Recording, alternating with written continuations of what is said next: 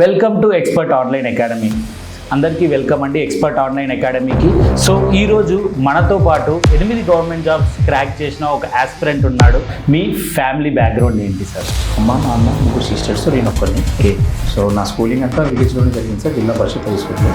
Sir, మీ educational background చూస్తేనే మొత్తం technical education. So sir మాది చదువుకోవడంలో ఫస్ట్ జనరేషన్ అనేది సార్. గ్రూప్ల ప్రయాణంలో మళ్ళీ నన్ను నేను చెక్ చేసుకుంటూ ఒక 10% మాత్రమే మనకి ఆ గోల్కి రీచ్ అవ్వడానికి జర్నీ అనేది కంటిన్యూ. సో ఎంత స్పీడ్గా వెళ్ళానో అంత స్పీడ్గా జాబ్ రిజైన్ చేసి మళ్ళీ వెనక్కి వచ్చేసాను. ఓకే, ఇప్పుడు ఏం చేయాలి, ప్రైవేట్ జాబ్ చూసుకోవాలా, ఇప్పటికి రెవెన్యూ డిపార్ట్మెంట్ అంటే ఏంటో కూడా తెలియదు.